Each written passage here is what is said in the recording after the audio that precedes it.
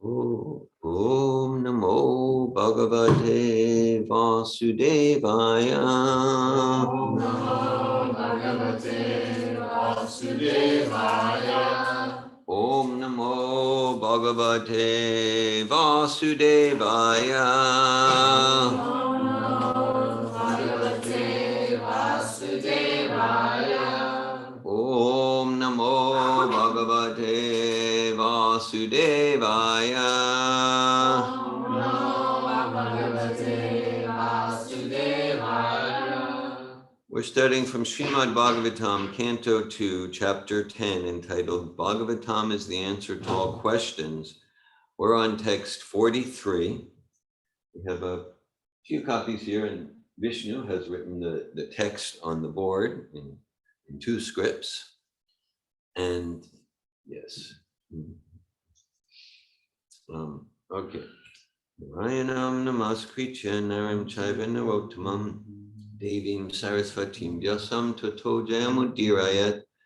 Before reciting the Srimad Bhagavatam, which is the very means of conquest, one should first offer respectful obeisances unto the personality of Godhead Narayan, to Narayan Rishi, the supremose human being, and to Mother Sarasvati, the goddess of learning, and unto Srila Vyasadeva, the author. Nasta Praishva Bhadreshu Nityam Bhagavata Sevaya Bhagavat Utamash Loke Bhaktir Bhavati Naishtiki. All right, text 43, we'll start responsively with the Sanskrit words.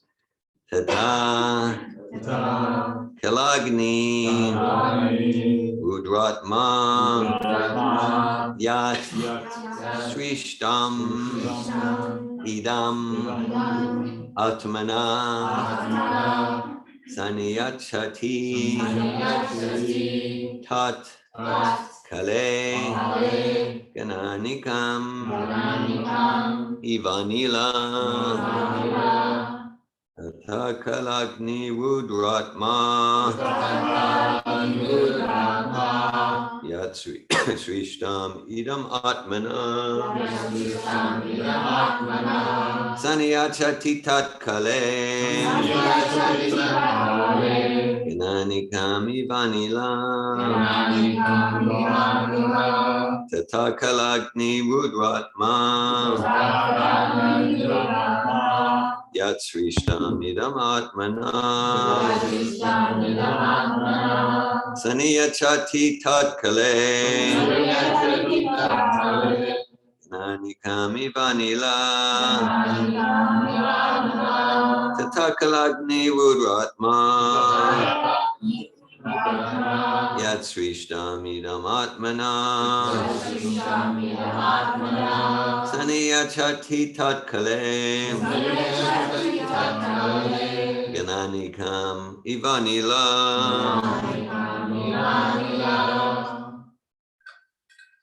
Takalagni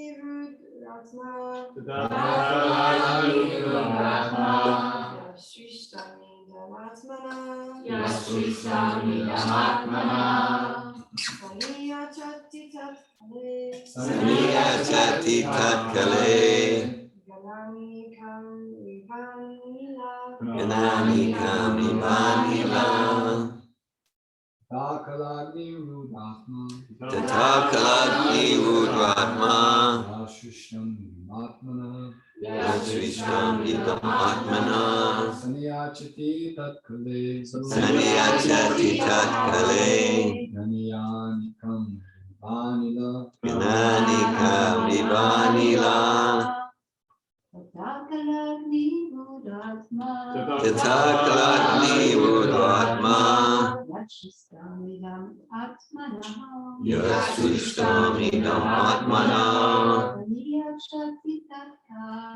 Saniyachati Tatkale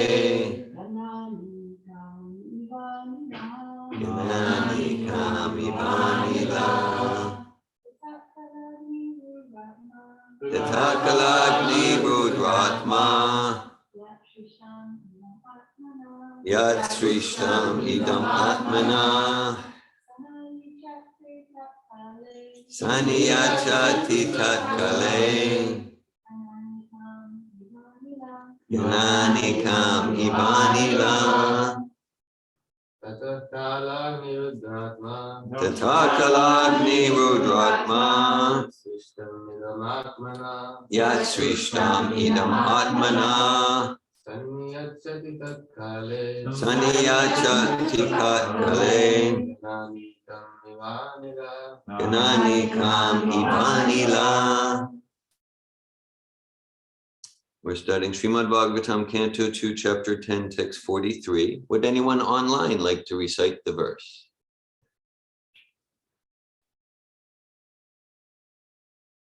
Going once, twice. Okay. We'll go to the word for word. We'll go to the word for word. And just a dozen people online, about 10 people in person here. Hare Krishna. Welcome, everyone. Welcome to our Bhakti Yoga program. Okay, tata, thereafter at the end. Kala, destruction. Agni, fire. Rudra Atma, in the form of Rudra. Yat, whatever. Srishtam, created. Idam, all these. Atmana, of his own. Some, completely. Niyachati, annihilates. Tatkale, at the end of the millennium. Gana Anikam, bunches of clouds. Eva, like that of. Anila, air. Translation. Thereafter, at the end of the millennium, the Lord himself in the form of Rudra the destroyer will annihilate the complete creation as the wind displaces the clouds. Purport by His Divine Grace A.C. Bhaktivedanta Swami Prabhupada. This creation is very appropriately compared to clouds. Clouds are created or situated in the sky, and when they are displaced, they remain in the same sky without manifestation. Similarly, the whole creation is made by the Supreme Personality of Godhead in his form of Brahma. It is maintained by him in the form of Vishnu, and it is destroyed by him in the form of Rudra or Shiva, all in due course. This creation, maintenance, and destruction are nicely explained in the Bhagavad Gita, chapter 8, text 19 and 20 as follows. Bhuttagrama sa evayam bhutva bhutva praliyate Rajyagame Vashapartha Prabhavatya Har Agame Parastasmatu Bhavonyo Vyakto Vyaktat Sanatana Yasa Sarveshu Bhuteshu Nashyatsu Na Vinashyati. The nature of the material world is that it is first created very nicely, then it develops very nicely and stays for a great number of years, even beyond the calculation of the greatest mathematician. But after that, it is again destroyed during the night of Brahma without any resistance. And at the end of the night of Brahma, it is again manifested as a creation to follow the same principles of maintenance and destruction. The foolish conditioned soul who has taken this temporary world as a permanent settlement has to learn intelligently why such creation and destruction takes place. The fruit of actors in the material world are very enthusiastic in the creation of big enterprises, big houses, big empires, big industries, and so many big things out of the energy and ingredients supplied by the material agent of the Supreme Lord. With such resources and at the cost of valuable energy, the conditioned soul creates, satisfies his whims, but unwillingly has to depart from all his creations and enter into another phase of life to create again and again, to give hope to such foolish conditioned souls who waste their energy in this temporary material world. The Lord gives information that there is another nature which is eternally existent without being occasionally created or destroyed, and that the conditioned soul can understand what he should do and how his valuable energy may be utilized. Instead of wasting his energy in matter, which is sure to be destroyed in due course by the supreme will, The conditioned soul should utilize his energy in the devotional service of the Lord so that he can be transferred to the other eternal nature, where there is no birth, no death, no creation, no destruction, but permanent life instead, full of knowledge and unlimited bliss. The temporary creation is thus exhibited and destroyed just to give information to the conditioned soul who is attached to temporary things. It is also meant to give him a chance for self-realization and not for sense gratification, which is the prime aim of all fruitive actors. So I'm going to recite a few more mantras to invoke the presence and the auspicious blessings of pure personalities. And the intention here, my intention here, is to invoke their grace and support, that whatever I speak represents the spirit of Srila Prabhupada and Srimad Bhagavatam, that I don't just make stuff up, that whatever I share is representing them effectively. Om Jnanatirmirandasya Gyananjana Shalakaya Chaksharan Militam Yena Tasmai Shri Gurave Namaha Shri Chaitanya Manobishtam Stapitam Yena Bhutale Svayam Rupa Kadamayam Dadati Sva Padantikam Vandeham Shri Guru Shri Yuta Padakamalam Shri Gurun Vaishnavamscha Shri Rupam Sagrajatam Saganaraganatam Bikam Tam Sajivam Sadvaitam Savadutam Parijana Sahitan Krishna Chaitanya Devam Shri Radha Krishna Padan Sagana Lalita Shri Vishakanditam Hey Krishna Karuna Sindhu Dinabandhu Jagatpate Gopisha Gopika Kanta Radhakanta Namostute Tapta Kanchana Gaurange Radhe Vrindavaneshware Vishabhanu Sute Devi Pranamami Hari Priye Panchakalpata Yubhyascha Kripa Sindhu Vyevacha Hatitanan Bhavanebhyo Vaishnavebhyo Namo Namaha Jai Shri Krishna Chaitanya Prabhu Nityananda Shri Advaita Gadadhar Shivasari Gaura Bhakta Vrinda Hare Krishna Krishna Krishna Hare Hare Hare Rama Rama Rama Hare Hare Nama Om Vishnu Padaya Krishna Prestaya Bhutale Srimate Bhakti Vedanta Swami Niti Namine Namaste Sarasvati Deve Gauravani Pacharine Nirvishesha Shunyavadi Paschatya Desha Tarine Srimad Bhagavatam Canto 2 Chapter 10 Text 43 Tata Kalagni Rudratma Yat Srishtam Idam Atmana Saniyachati Tatkale Gananikam Ivanila. Thereafter, at the end of the millennium, the Lord himself, in the form of Rudra, the destroyer, will annihilate the complete creation as the wind displaces the clouds. Okay. All right. So, so this is about like kind of like universal devastation, and maybe we'll talk about that. But what's coming to me in reading is like, okay, so there's the universe, and actually the material universe is created through the desire of the living entities. That's us, the spirit souls, and our desire. And then higher powers, Bhagavan, Sri Krishna, the person of Godhead through his energies, reciprocates with our desire. Now, so that's, you might say that's like metacosmic. Okay, if we look more microcosmic, so this body is a universe. That's what came to when I read the first line of the purport.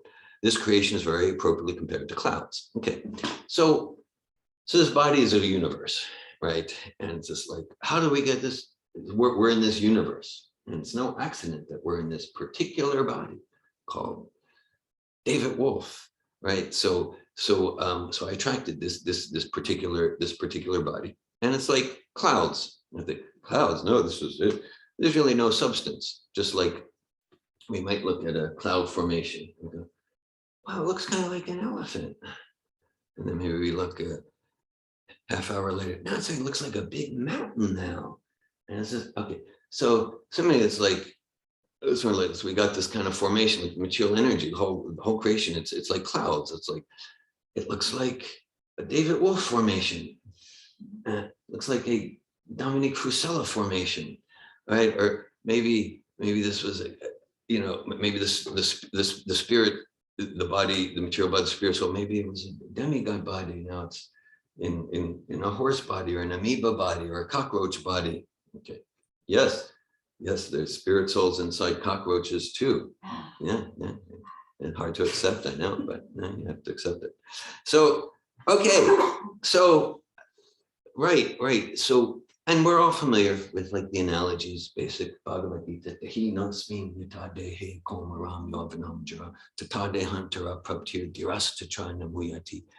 Right, so as the embodied soul continually passes in this body, from childhood to youth to old age, the soul similarly passes into another body at the time of death, right? So this is, it's philosophy, but it's something you just need to accept. No, this is logic, this is science, we can experience it. The body changes, but there's some constant identity, right? Whatever analogy you want to use, the vehicle and the driver of the vehicle, the finger, the owner of the finger, whatever analogy we want to use. And so, okay, and so we're not the body, and so it's described in the Bhagavatam Bhayam Vidya Bhidiveshitasya that the root cause of all insecurity, right, like all conditioned souls, right? We don't need to do a raise of hands. Have you ever struggled with insecurity or anxiety? Raise your hand. Right, we don't need to do that. Out of all 7.2 billion people, oh yeah, insecurity, anxiety, yeah. Right, and then I need to put on the masks and things like that, because like if people really knew me, then okay, everyone struggles with that. So this isn't just abstract philosophy. Like the root cause of all anxiety is condition, misidentification of the eternal spirit self with the temporary body. That's the root cause, and that expands to so many dramas and things like that. But that's the root cause. So this is like really important if we want to transform the quality of our life and our experience of self. So. Okay, right, and so, all right, so then there's, okay, this is described like a process of destruction, there's process of creation, whether the metacosmos, the macrocosmos, we could say like Mahavishnu's the super soul of the metacosmos, Garbhodaksha, Vishnu's the super soul of the macrocosmos, and Kshirodaksha, Vishnu's the super soul of the microcosmos, right, in the heart of all living entities. And so, all right, like in coach training or any seminar, we say like the purpose of all these processes and methods, skills, is to support each other, to connect with the highest guidance within, translated into Bhagavatam language, to connect with super soul, to connect with super soul. So that we're living in full connection, as described here, blissful connection with God in the heart, with God in the heart. Okay, so yeah, and so basic logic we're all familiar with, right? That things didn't happen, creation didn't happen by accident. Basic logic. If we look at simple like this book stand, do we assume? I know how it happened. The book stand, the wind blew, and then there was book stand. No, even something simple like book stand. Now there's like a craftsman, an engineer, a designer. There's some intelligence, right? All right. Now, if we look, let's say, the veins of the leaf or the rotation of the planets, the level of organization, structure, sophistication is, trillions and quadrillions of times greater than this book stand. So therefore, it's logical to conclude that the intelligence behind the veins of the leaf or the rotation of the planets is trillions of times greater than the intelligence behind the craftsman, the factory owner who made the book stand. We could believe that it just happened by a random explosion of nothing. We could believe that would require a whole lot of blind faith, but rational is like, no, there's intelligence behind it. So So we got ourselves as the spirit soul, not the body. Really important philosophical truth, tattva.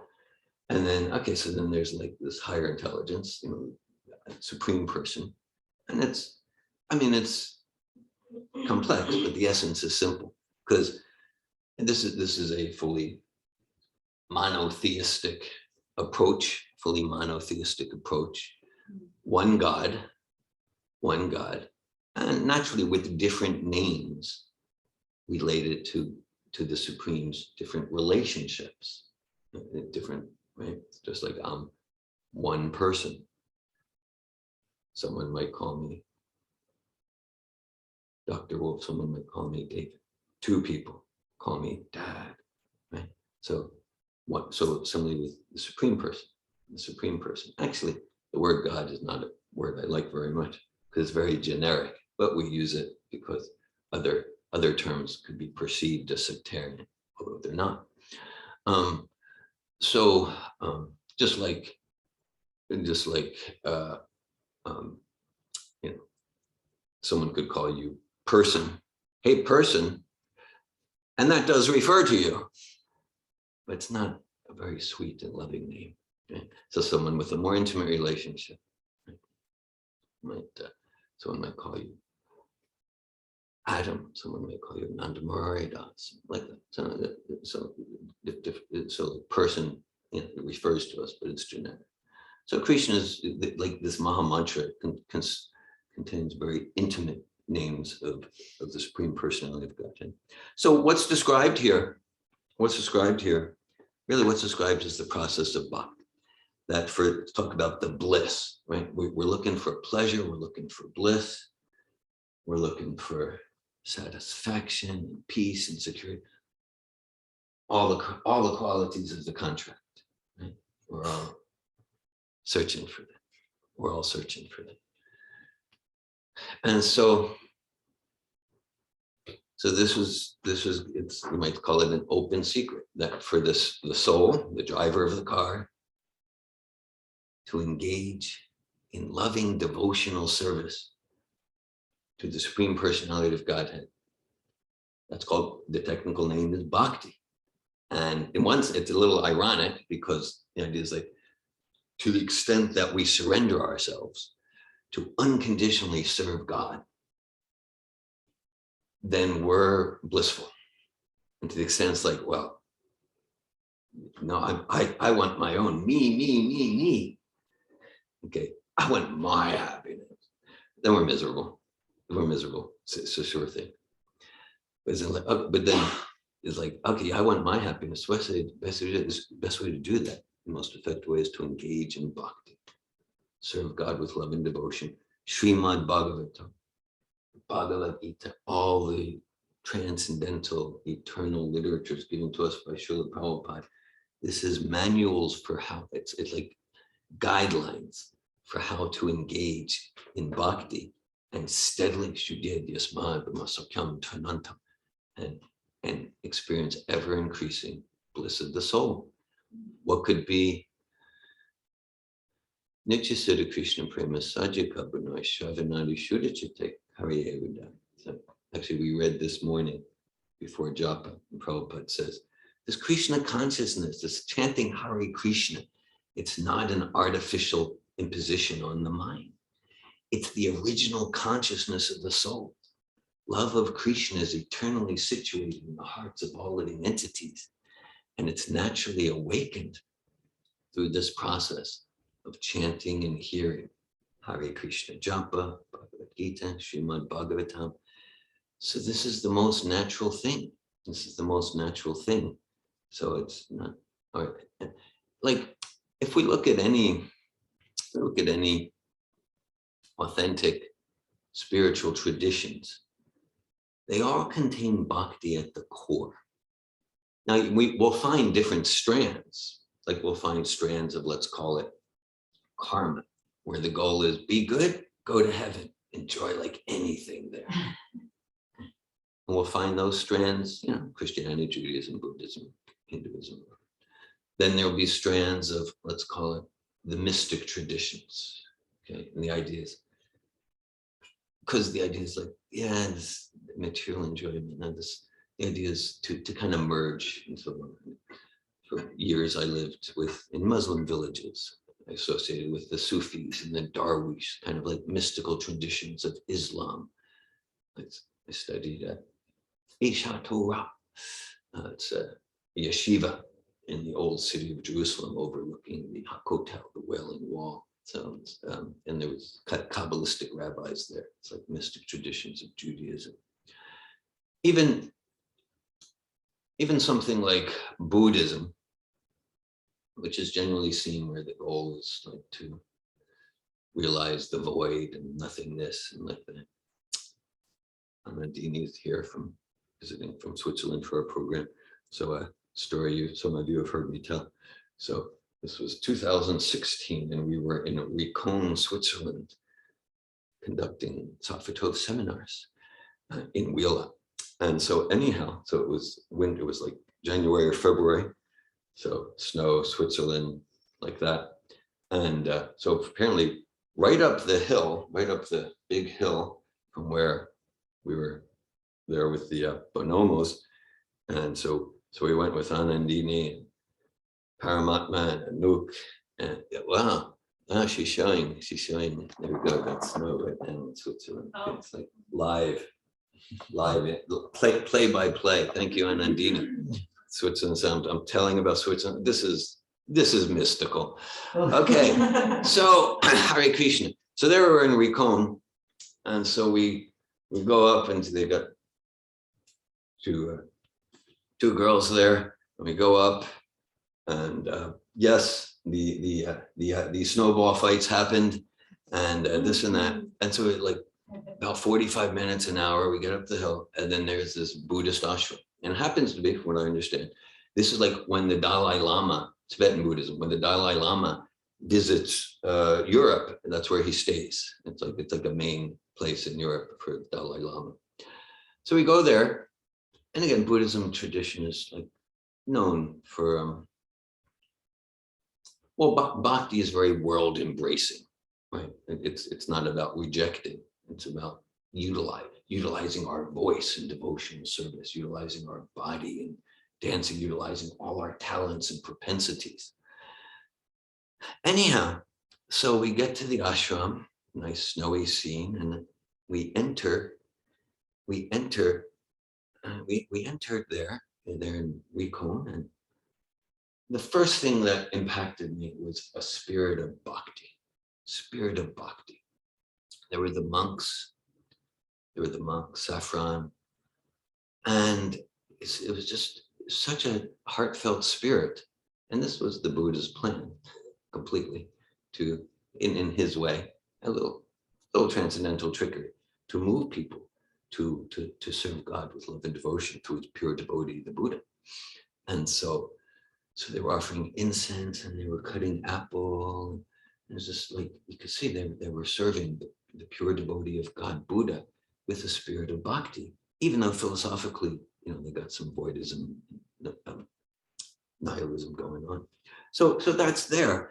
And so this bhakti, this is what gives the bliss to the soul. We were quoting the other day, but from the Greek philosopher Epictetus. He said the essence, it was in our Bhagavad Gita group a few days ago, the essence of all philosophy is to depend as little as possible on external pleasures for one's happiness. So this is wisdom. Yehisam spashita boga dukkha yonaya evite jantavanta konte nateshu ramate Buddha. Right? Because we're eternal beings. So any material pleasures, they've got a beginning and an end. We won't be satisfied. We just won't be satisfied. A statement from a comedian I once heard, that to try to be satisfied by material acquisitions is like trying to satisfy one's hunger by taping sandwiches all over your body. I need to apologize for putting that image in your head, but there you go, I did it. So, okay. So that's it. It's just not going to, we can take care of the car. We should take care of the car, but that's not nurturing for the soul. That's not nurturing for the driver. So this bhakti, this is nurturing for the driver. This is the science, the art of bhakti yoga. And so, okay, so then it's a process. It's a process. For most everyone, it's a gradual process. Thinking, I know many here, maybe practically everyone, there's this event happening, the festival of the Holy Name, Festival of the Holy Name. So like intensive kirtan. Kirtan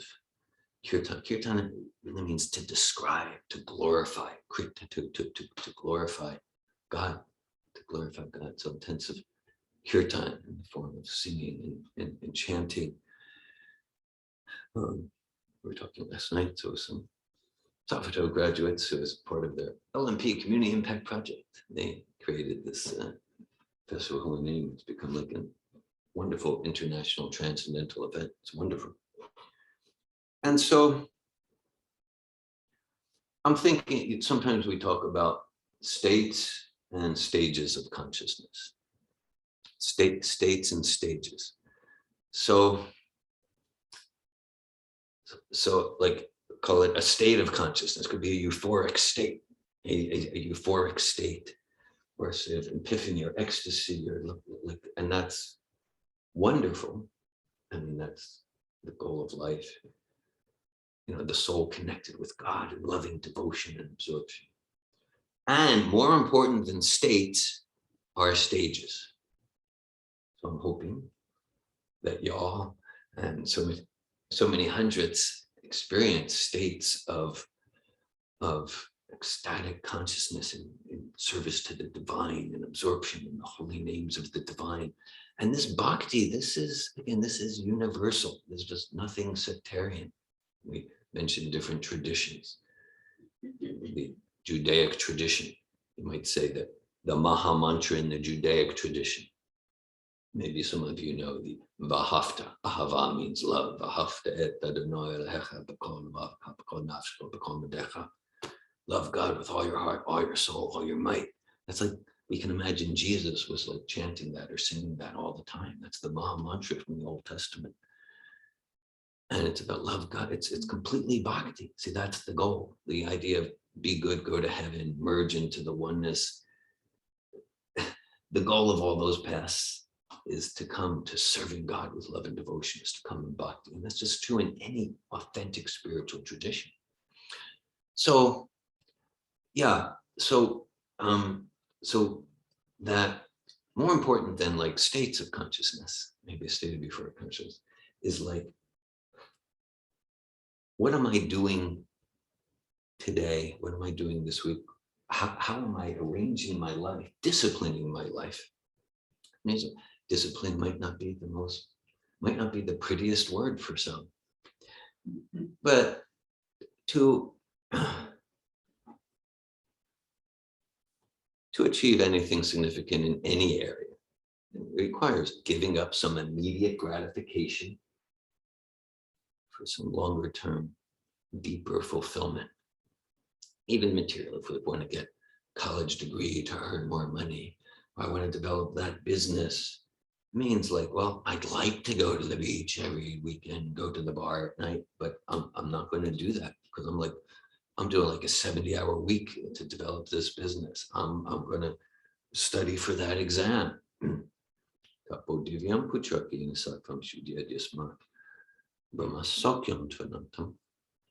it's described that really the highest purpose of human life is related to voluntarily doing divine austerity, not just austerity to develop some material business or to get some material degree, but austerity that serves the ever-increasing eternal bliss of the spirit soul.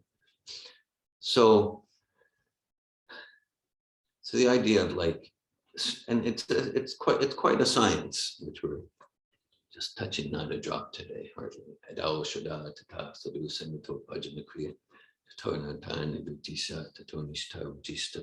Quite a science, starting with having enough trust to do what, we've got about 25 of us here. What we're doing, like there's many things we could be doing on a Thursday morning or a Thursday afternoon. We're Friday. Thank you. Yes.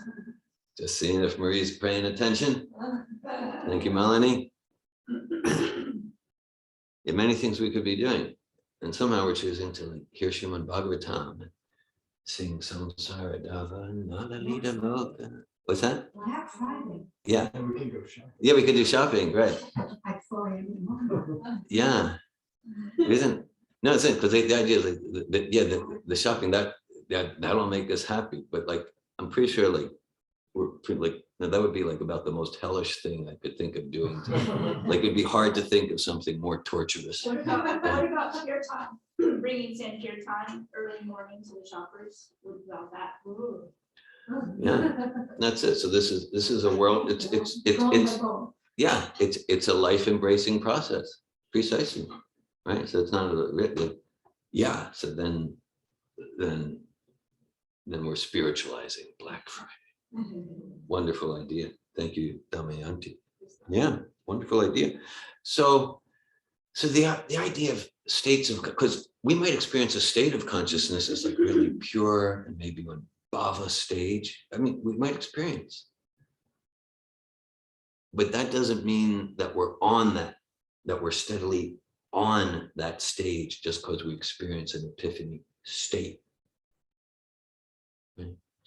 So the idea, or at least the opportunity, and it's described here, human form of life, is like, let those states of consciousness that we might sometimes experience, maybe at a kirtan festival, maybe turning a japa, maybe reading a purport, let those states move us to be more rigorous in our daily practice, so that gradually, as the days, weeks, months, and years go on, we're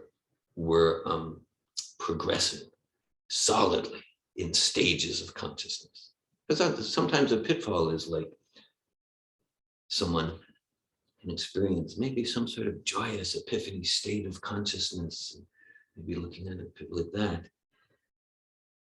And then kind of like, let's say when 24 hours later or a week later, that state of consciousness isn't there, then it could be like, ooh, okay, what's the point of even chanting?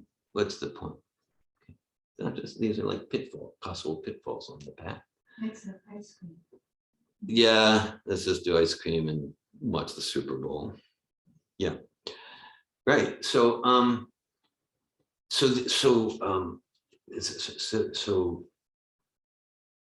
the recommendation, if we want to progress on this path, and yeah, the recommendation is like, yeah, make this your goal, that like each day of our lives we're progressing and realizing who we are as not the body, as eternal spirit soul, in realizing eternal truth. Yeah, make this your goal. And then Utsang Nishchadaya Tata Kamvartana. And then to steadily, because here, even if in this lifetime we chant one name of God, Adonai, Allah, Hare Krishna, that's wonderful. That's wonderful.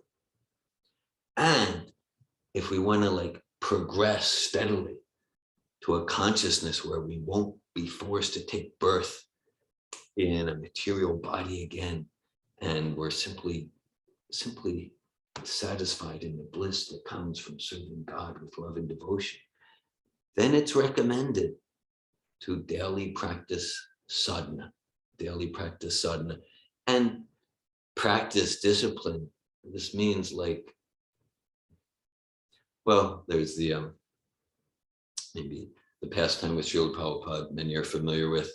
He established the first Krishna Consciousness Center on the Lower East Side of New York, and he's established the altar, and one of his students, Bhakti Greg, became Gargamuni, and Prabhupada taught the students how to like bow down in front of the altar. And then Bhakti Greg said, Swamiji, sometimes I don't feel like bowing down.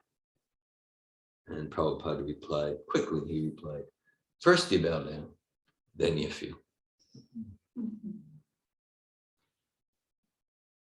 So it's kind of like, yeah, if we do spiritual life when I feel like it. That's okay, like in a sense, I'm not mocking that, but our progress will be limited.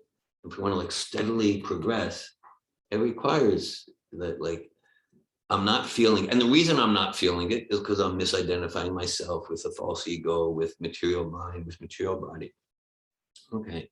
And then this, okay, yeah, this whole kind of like, we focus a lot in our Sattva Trap programs on like empathy. I am experiencing your experience.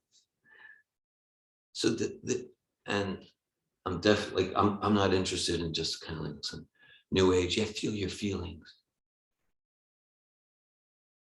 We are interested in, let's call it a communication-based approach to self-realization. And this experience, my experience, what you're experiencing now, it's not meant to be a feeling.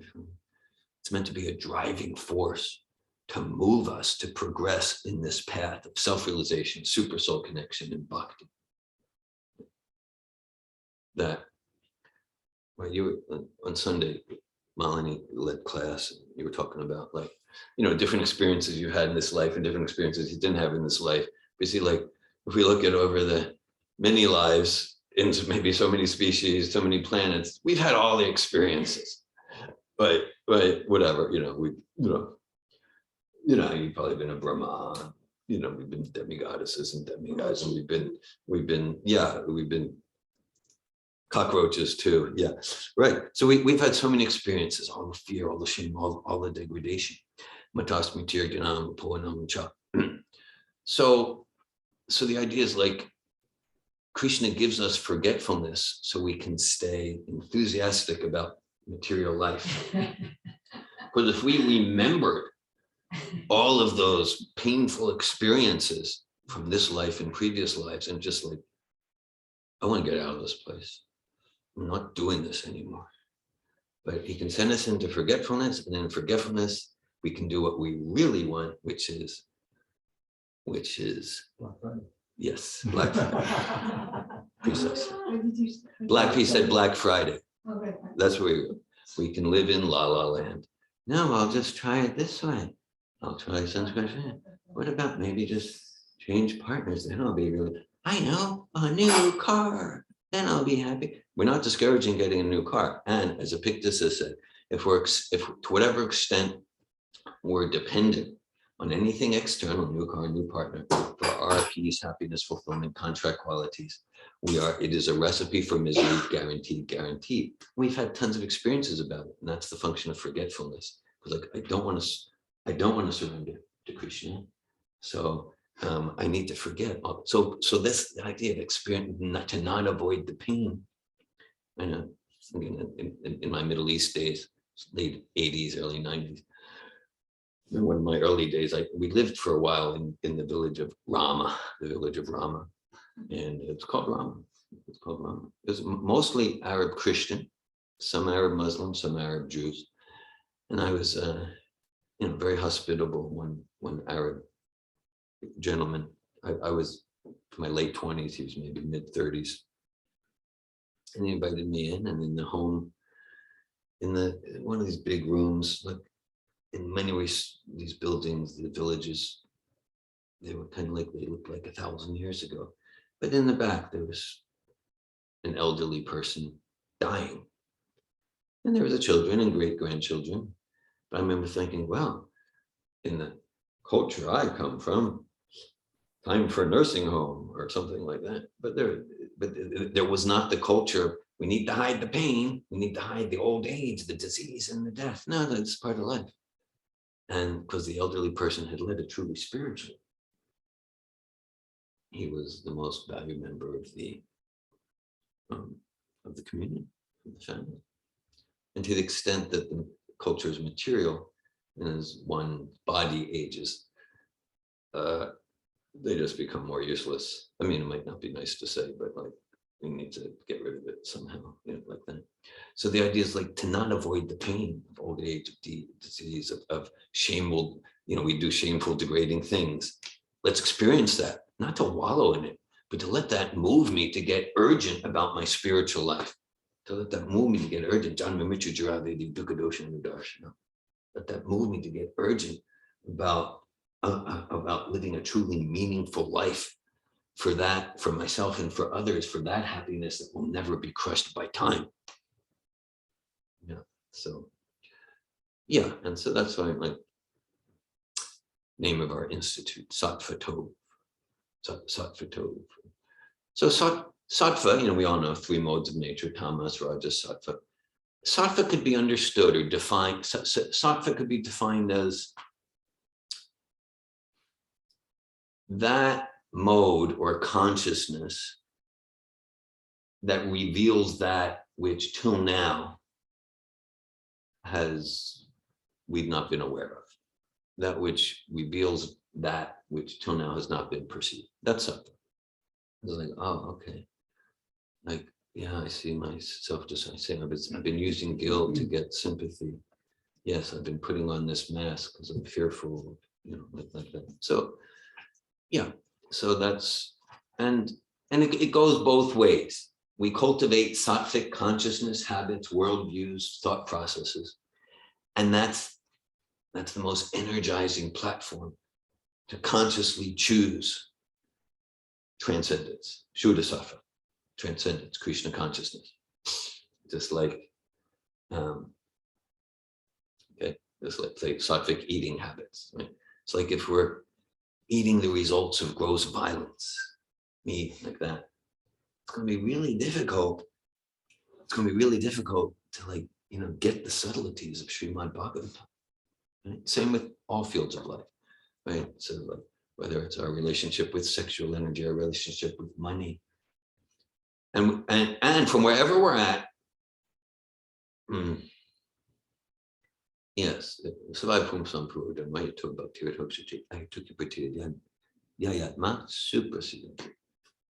that Krishna consciousness is not dependent on sattva. Krishna consciousness, this bhakti, it's what's called Shuddha Sattva. And Shuddha Sattva, it's like material sattva, but without the rajas and tamas. That's not really true. It's a whole different thing, but it has the name sattva in its name because it's the same principle. It reveals that which till now has not been perceived. But Shuddha Sattva, bhakti, so Shuddha Sattva reveals eternal truths of bhakti. It's not based on an uncovering of the modes of nature. Like, for example, before the class, Malini led Jayarada Madhava. Okay. So Yamuna Tira Vanachari. Right. So Krishna is wandering on the banks of the Yamuna River. So that's revealing every time we hear that. And the thing about transcendental sound vibration is it reveals truth and it's non-different from the truth that it reveals simultaneously. So that's Shuddha Sattva, revealing deeper truths of bhakti from within, super soul connection to heart. So from wherever we're at, we can tamas, rajas, whatever, shame, greed, lust, we can choose the transcendental process of Krishna consciousness. And that brings us to sattva. And we cultivate sattvic habits as not as separate from bhakti, but as part of our process of bhakti. We cultivate sattva, and then that makes it easier and easier to make the transcendental choice. I'll read the verse again. This is text 43, chapter 10, canto 2, Srimad Bhagavatam. Tata kalagni vudratma yat swishtam idamatmana sanyachati tatkale kananikami vanila.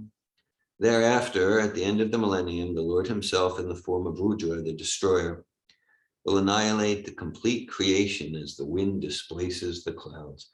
One more point, then I'd like to hear from you. Comments, realizations, inspirations, questions. Yeah, okay, like Rudra. This is, so there's one God with, you might say, many expansions, many names, and many administrative assistants.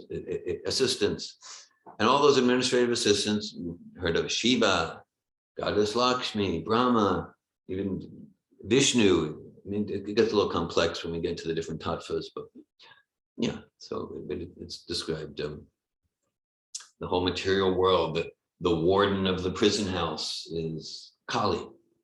Kali. Sristi, Stiti, Pralaya, Sadan, Shaktirika, Taivayasya, Bhuvanani, Vibharti, Dorgi, Tanarupama, Vyasya, Chatista, Tesa, Govinda, Mahadi, Pusham, Tamaham, Bhajam. So Kali, Shiva, Vishnu, they're all serving for the pleasure of Krishna. Yam Shama, Sundaram, Chincha, Gunasarupam. Okay. So it's not like, oh, there's like 33 million gods. There's one God, many names, and many assistants. It's like the king or the queen might have many, assistants, department heads. Hare Krishna. Thank you for your presence and attention. Thank you for listening. And I welcome at this time any questions, comments, realizations anyone would like to share. Damayanti. Is Shuddha Sattva, Shuddha, does that mean pure? It does pure. Shuddha means pure. That is correct. And it's a consciousness. It's a consciousness. It's an, you might say it's the energy of Bhakti. And it is our original consciousness. And can you go, it's maybe more difficult, but you can go from Rajas or Tamas and just, if you want to, you can just We go can. to transcendental consciousness, like, and just go. And now, obviously, I'm talking about moments, it's not likely to be in a stage of Shuddha Sattva without kind of gradually getting there. Yeah. Generally, not absolutely, Sattva is the most conducive material platform to make that jump to Shuddha Sattva. But Shuddha Sattva Bhakti, it's not dependent on any material. So one could be struggling in lower modes and choose the transcendental process of Shuddha Sattva of Bhakti. It is. So yeah, that's true. At the same time, like, if we're like kind of erratic, it's difficult. It's like I feel erratic,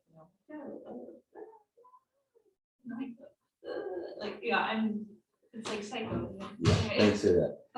I like that term. I relate to your theatrical presentation.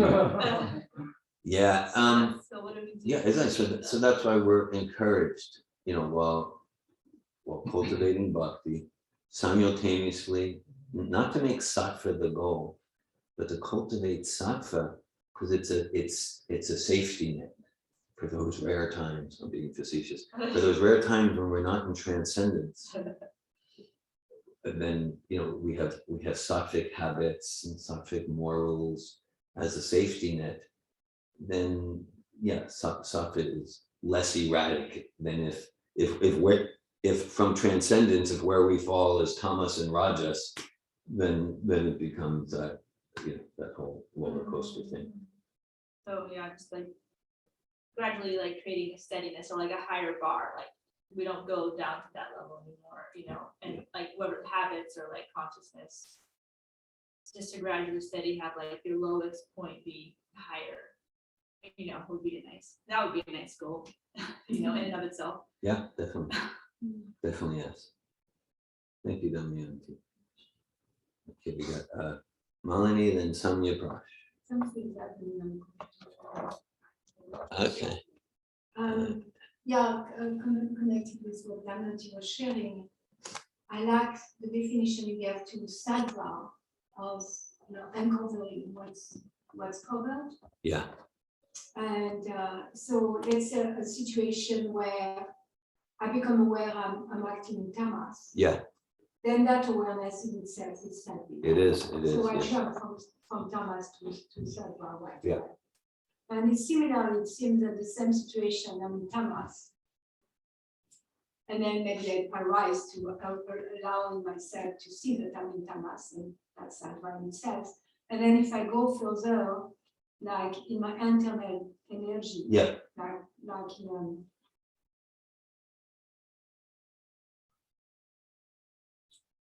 I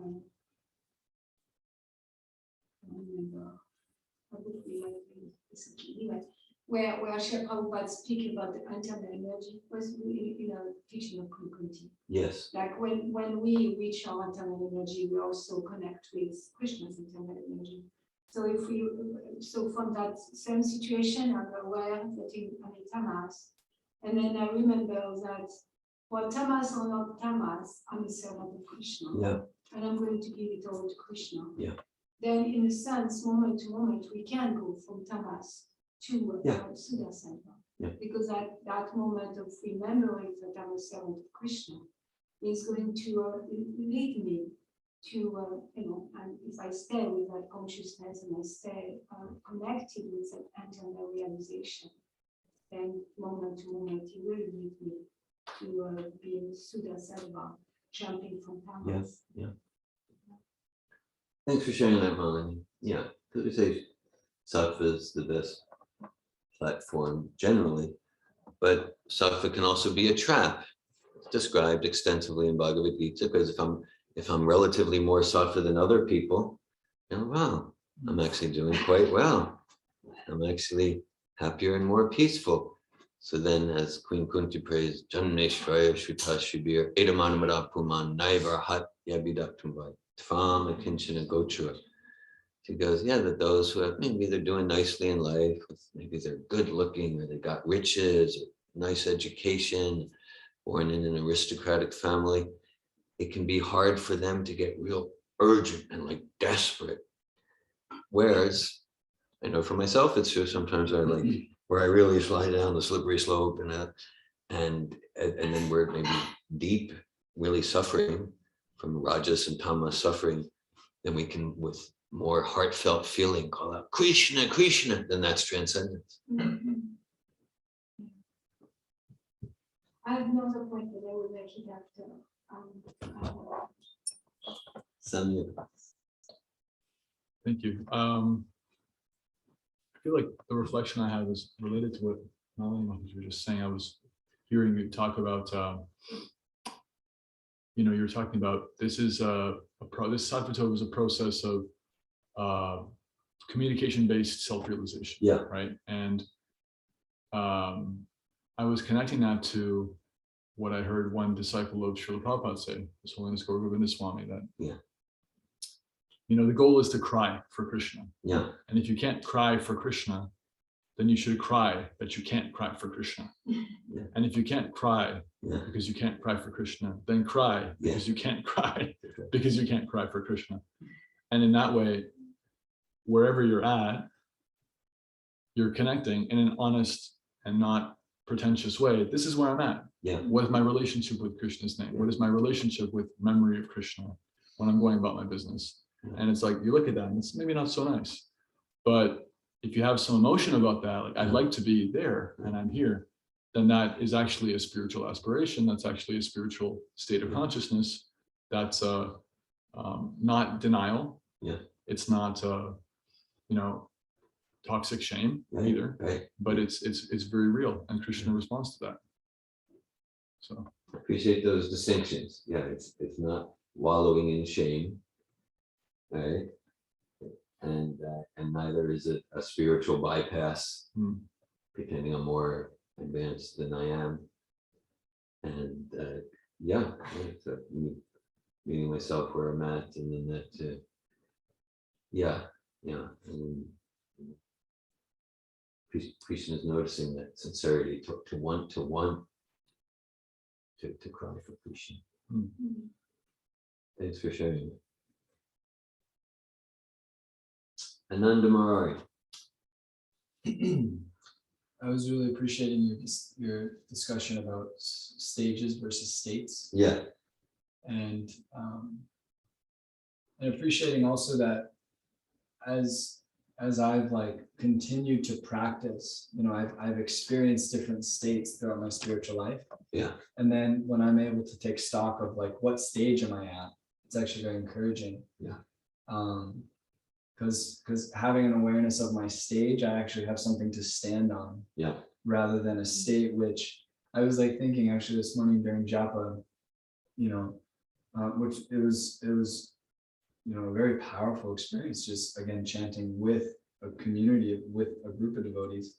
and I was appreciating, and I was also seeing my mind like, where is it going to latch on to? Like, I was like praying to the Panchatattva, I'm like, okay, I'm praying to New Tagore, okay, I'm praying to Prabhupada, and my mind was like, where am I going to latch on to? Yeah. You know, and being able to have a platform where I'm just, okay, this is where I'm at. I'm gonna pray from this place. Yeah. I'm gonna pray from this platform, from this stage, and being able to recognize as I'm progressing throughout my spiritual life is encouraging. Then one other reflection I was having, I was in the purport of Prabhupada was describing about this material world is like a, like a cloud that will just get blown away. Yeah. And so I was thinking of, the great industrious, people of this world trying to create, Prabhupada trying to create so many empires and businesses. And I was thinking of all the ways in which, I recently just saw one documentary which was describing like these investment companies, and it's like the whole world is pretty much owned by like 4 or 5 companies. Yeah. And it's these people that are just trying to build and build and build. And yeah, there's stages of like entrepreneurialism where you're like, but those stages are all cut out from like every one of those individuals, all of the wealth and everything that they gain, it's all just cut out from under them. So I was reflecting in that there's like some pity, that the aspiring sadhaka, they attain stages, and then there's growth, there's actual foundation, a real foundation. but trying to build stages within this world and on just accumulating material things, all of that's taken away. So I was reflecting on that, and just like there's like a sense of pity when I was hearing and gratitude simultaneously when I heard this purport. Gratitude that we have this transcendental knowledge, and the image of building sand castles, and then look, my sandcastle has 14 rooms. Like in 90 minutes the tide's coming. It's like that, and then that's why I appreciate you bringing there to feel Prabhupada's compassion. Right? Sometimes kind of critical. He's just like trying to like get us and everyone to wake up. Like, don't go for that. Don't go for that which has a beginning and end.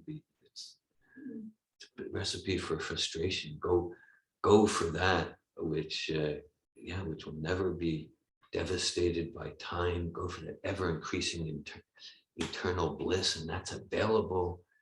And so like, pity about what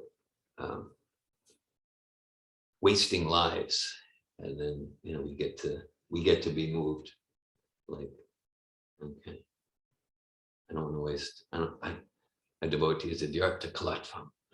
Doesn't want to waste a minute. Doesn't want to waste a moment outside of this process of eternal bliss and sharing it with others in an empathic way, meeting them where they're at. Thanks for sharing. Malini. I like to think about what the Mother shared. Things that I think it's 240 in the Bhagavad Gita. There's no loss of ammunition. And it seems it's so connected to the stages. The stages, like, okay, we have those states, and sometimes we are so attached to the state and so attached to convince people about that we have those states that we lose track of real spiritual life. And it becomes sad, that and Prabhupada spent so much time in this book to really warn us against that. Because what's preserved life after life after life, that solid foundation that you're speaking about, it is a stage. This is a stage of advancement we have in this lifetime, and when we start again next life, if we do take birth again, that's where we are going to start. We are not, all those states. They are going to be there to give us like a carrot to continue with the stage, but nothing more than that. Even like the highs and lows, like it's really just, because I may, throughout I have throughout my spiritual life, like gone to a very, very low place where I feel very like, man, have I like fallen backwards? And then Richard Rohr has this book, Falling Upward, right? So this, and you describe also like the spiral. Like sometimes it's like, it feels like I'm going down, and then it's, but then stepping back, through sangha, through prayer, Yeah. and really recognizing, okay, where is the actual level that I'm at, and let me Yeah. have confidence in that, trust in that, and let me move from that rather than defining myself by a low or defining myself by a high. Thanks for that. I appreciate this discussion. I mean, I'm thinking of myself, my own experience in the discussion. And I've been, and kind of like I came to Paul's movement about 40 years ago. Well, for the first 3 years, my only service was consuming copious amounts of prasadam. But yeah, starting in 1983, started chanting japa I mean, jokes aside, because I took like thousands of plates of prasadam, my heart got pure enough to okay, let me chant a little like that. So the process, it's the secret weapon, as Prabhupada said, and that definitely is true in my case. So if I look over the 40 years, my stage of consciousness hasn't progressed much. At the same time, it's progressed. I can tangibly experience my stage of consciousness progressing, and even if it's a micrometer or a millimeter, that micrometer, I have clear realization that micrometer is worth trillions of times more than anything else available. So I have clear realization of that. And if we look at from Adal Shraddha to Prema, it's just like I've advanced, that could be discouraging, but I'm not discouraged. I can say my stages haven't advanced much, but I can say each year of my life, I am more enthusiastic to practice this process and to follow Prabhupada and to share it with others according to whatever realization, empathy, and intelligence I have. Because that micrometer of progress, I do have realization that's worth just trillions of times more than anything else I might strive for. So I want the next micrometer. It's investment in eternal. Investment in eternal, like real investment. Yeah. I have a comment. I had I don't know, new realization here, and you were speaking about Buddhism. And what came to me is how Dhira, so like the nature of the self is to serve. Yes. And we cannot help it. And in fact, looking at how practitioners of Buddhism, they cannot follow their philosophy. It's not possible to follow their philosophy of nothingness. Yeah. Because of that intrinsic nature. It's getting away. Yeah. It's getting away. So Lord Buddha knew that. Yeah. He looked at everyone, they are all servants of Krishna. Let me trick them that they will serve me, and when they serve me, they serve Krishna. And those philosophies just, they don't work. It's not possible for a human being to follow the philosophy. And often Srila Prabhupada speak about impersonalism in the same way. Because you say impersonalist, because they cannot focus their mind on impersonalism. They need to worship deities. Yeah. And of course, they put all the deity on the same level and all that pantheism, or sometimes even they are just worshiping Krishna. But they say afterwards, their hope is that when they really use their tendency to be serving personally, they throw away the deities. Yeah. So again, we have a philosophy here presented in a Veda, like a bonafide, so-called bonafide, that's impossible for a living entity, a spirit soul with eternal servant of Krishna, to apply while they are in their human birth. And so it's kind of, they cannot walk the talk. They have a talk, but they cannot walk the talk. And the opposite is true with Bhakti Yoga. Yeah. Bhakti Yoga says a philosophy that's so aligned with our core being that very easily from the start we can apply it. We can, walk the talk to some extent. Yeah. Yeah, we're going to serve, as Bob Dylan wrote the song decades ago. You got to serve somebody. That's true. We're going to serve. We think that we can do whatever nothingness philosophy. We're going to serve. Our choice, just reduce it. We can serve matter. We can serve God. We can serve spirit.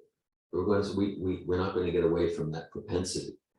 you sometimes share about a client of yours who she was trying to practice some Buddhist spiritual approach, but she preferred to be insane and crazy because the Buddhist would meditate on nothing sort of thing. It was just like she preferred to do, but then she had nothing personal to land on. I like your point, Melanie, that yeah, look, like philosophers who can't really practice. Example we sometimes use. No, my realization is we're all one. And in a sense, we are all one, but not in the radical Advaitavad sense. But we're all one, actually, it's just illusion to think there's a distinction between me and you. Actually, I am you and you are me. So I understand that for you, since I'm you and you're me, if the wallet in your purse were in my pocket, you'd be good with that. Yeah. No one's ever given me their wallet because you don't really believe your philosophy. You don't really believe based on results. Actually, our actions reveal our actual philosophy.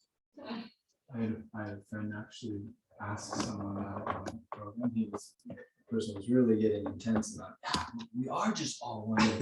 And so everyone's like, and it was cold. It was like winter time in Denver, Naga. And so he's like, okay, so you can give me your wallet. And the kid's like, yeah, it's fine. And he's like, and you give me your shirt. And he was like, and then he's like, can I have those back, please? That's great. Didn't really believe the whole. Yeah. That's it. Yeah, Sri Radha. I was just thinking, I was really appreciating what everyone said so far, and just thinking to my own pitfall. I can see myself jostling between I'm being horrible, like going into more of ignorance, like pity, self-doubt, and then like going into like, okay, everything will be okay, like almost like maybe covering up some growth that I could do.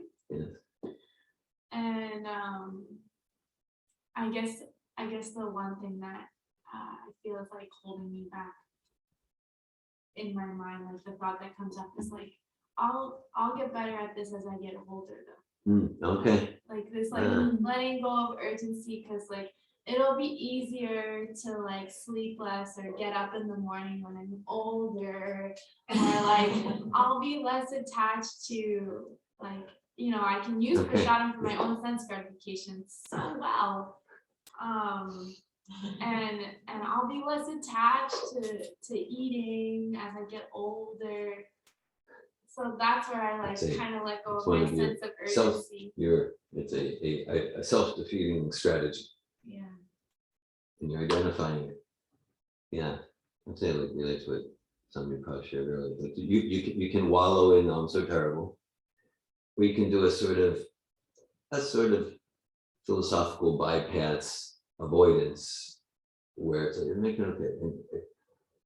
In a sense, all of it to avoid experiencing your experience and let that experience move you. That's what I'm hearing. Thank you, Sri Radha. I was during your process, Sri Radha, and I'm thinking of the process in my mind that you have gone through not so long ago. About like the wallowing in my distress about not getting up in the morning or eating too much prasadam, is that being victimized and feeling like a victim, right? So much of energy, and then oh, we'll be okay. Is kind of the illusion of transcendence. But altogether, I stay in victim consciousness, even in illusion transcendence, instead of coming to the stage of like really owning responsibility. Well, I like sleeping. I really like sleeping. It is good sleeping. I don't like to get up anymore. So like, and then I start to be, going towards Krishna because I own responsibility. I really like and enjoy prasadam. I'm enjoying it so much that I don't want to start eating. And then that's it's a platform to rise again to self-knowledge. As long as there is victimization or being a victim and press victim, then Krishna is not accessible to us. And we can take the same situation of not getting up in the morning and making it empowering towards Krishna, or disempowering by staying in illusion. Look at that. Yeah, we can make it like moving us to cry that I'm not crying. But then this kind of running from what's actually happening, then we're numbing, like we're putting armor between us and that super soul connection. Yeah, the other day I was doing a session with someone, and the person was saying, yeah, and I'm judging myself that I'm selfish because I did blah, blah, blah, blah, blah. And I said, well, yeah, according to your value systems that you're sharing with me, it seems that you are selfish. Yeah, There was no judgment, I was just saying it. yeah, based on results, sure. And instead of like torturing that, yes, I have this value system and I want to follow, but I feel selfish and I feel guilty, and it becomes such a useless drama. Yeah. So yeah, I am acting selfish right now, and that's what I want in my life. I want to act selfish. It's responsible.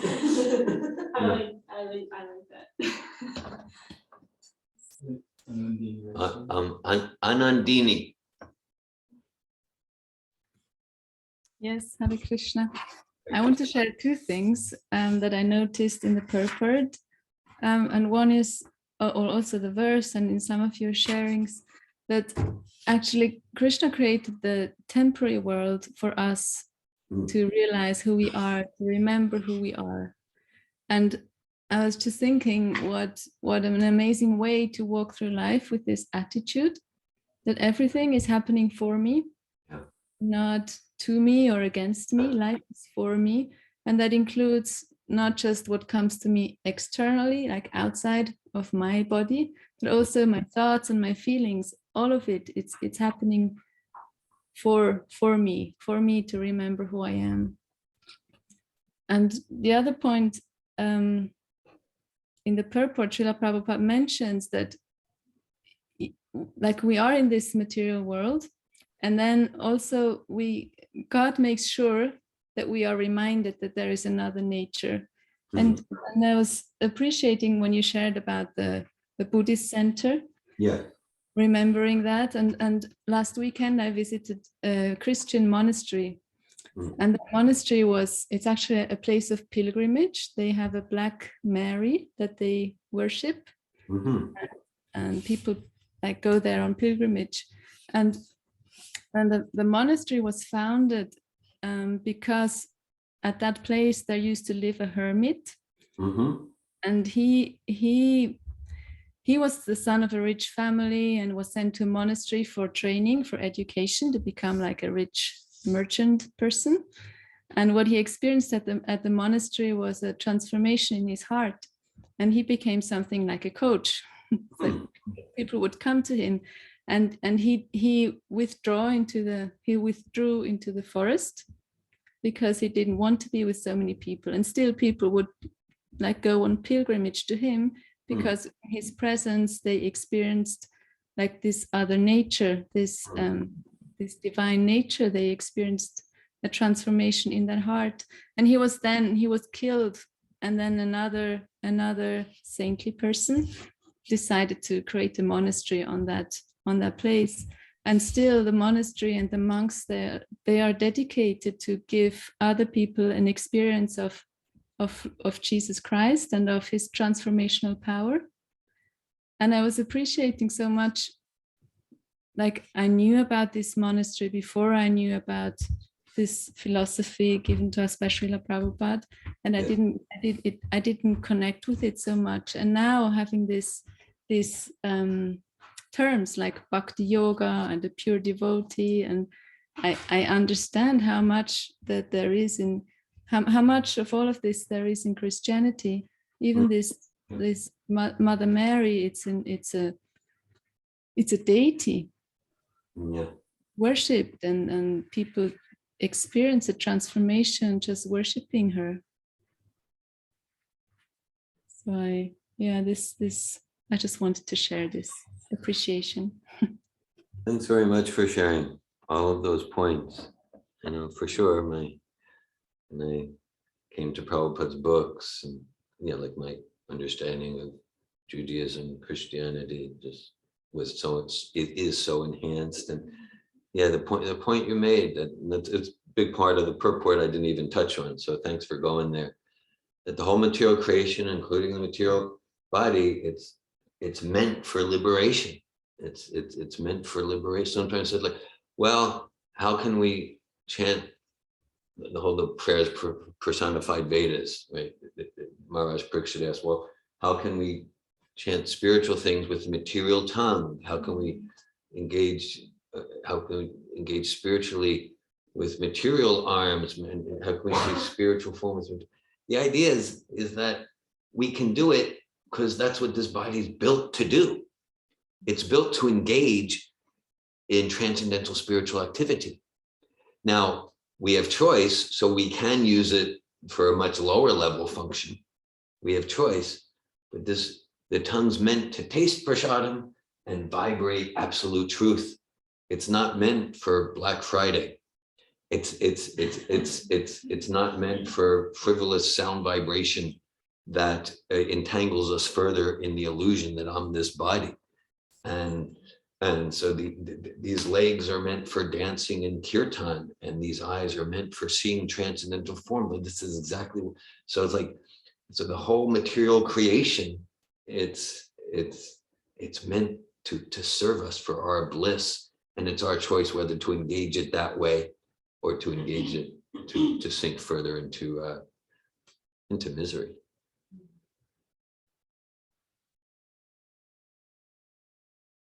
Thank you all for your association. Tomorrow morning, we have another morning program. And also tomorrow, 11 a.m. to 1 p.m. Eastern, we'll be doing an online program for me, but Anandini and Paramatma in Switzerland will be hosting a program. And we'll be discussing 9th canto of Srimad Bhagavatam. I'm really looking forward to that one. Yeah. 9th canto is really outside of the book. Yeah. So many outrageous pastimes. Yeah. Oh. That's true. I knew that. So, okay, so we're hosting morning program here starting at 5 a.m. till 9:30. Sunday morning, Damayanti and Garuda hosting morning program at their place in La Crosse. And Monday morning, I'm hosting again here. Srimad Bhagavatam ki jai. Prabhupada ki jai. Hare Krishna, thank you. Thank you.